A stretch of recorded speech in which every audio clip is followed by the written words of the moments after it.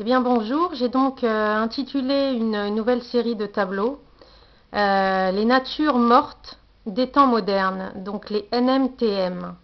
Alors là, il n'y en a qu'un seul parce que j'ai envie de vous montrer ça en gros plan et que j'ai pas assez de recul pour en montrer plusieurs, mais vous en verrez d'autres dans l'album photo 2008. Donc de tous les genres de la peinture, la nature morte est le seul dont l'image peut offrir autant d'interprétations, parce qu'elle est composée d'objets porteurs de sens symbolique ou non. Elle est donc le vecteur idéal du message.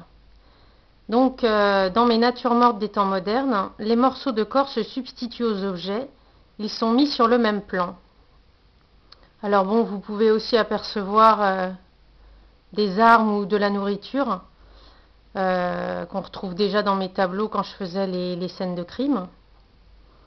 Mais cette série, elle est surtout née du travail que j'avais montré fin 2007. C'était des ballons qui étaient accrochés sur un fil à linge.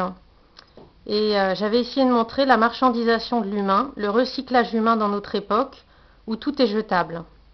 Donc ces natures mortes sont une manière de montrer l'inutilité du consumérisme en produisant des œuvres qui sont plus accusatrices de notre manière de vivre, car il n'est plus possible de placer l'art dans un contexte historique ou religieux, comme ce fut le cas jusqu'au milieu du XXe siècle, mais un terrible réquisitoire sociétal.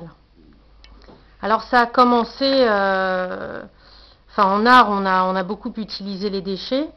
Ça a commencé par l'accumulation de déchets derrière une plaque de verre de Charles Delahaye, puis l'utilisation cynique des détritus de Oldenburg, le recyclage du plastique de Anthony Cragg, ou encore l'entassement des automobiles d'Armand qui sont les plus connus.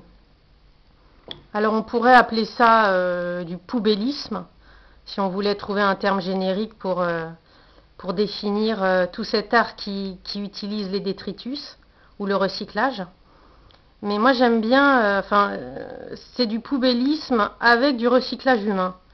Et c'est un peu le sujet de ces tableaux, où j'ai essayé de mixer ces deux idées. Yves Pagès a d'ailleurs écrit un ouvrage en l'an 2000, intitulé Petite nature morte au travail, où il démontrait très justement que la communauté humaine est dévorée par une finalité qui n'est pas la sienne.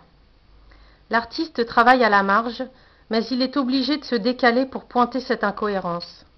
La peinture sert à donner un point de vue décalé pour faire surgir ce que la société nie, lisse, avale ou récupère.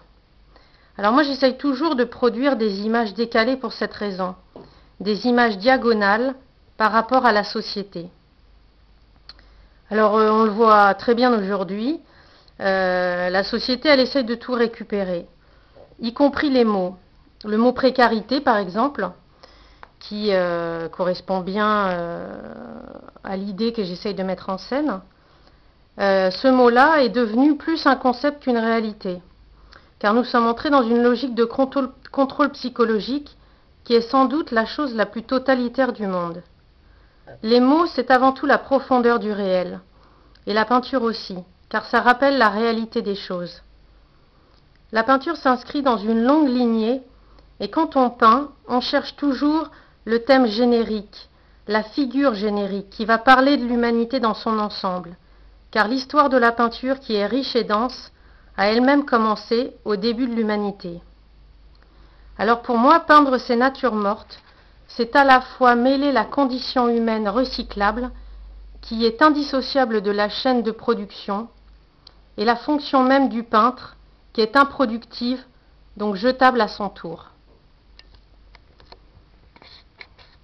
Alors je vais essayer de vous montrer peut-être de plus près des détails que vous pouvez donc retrouver dans l'album photo 2008.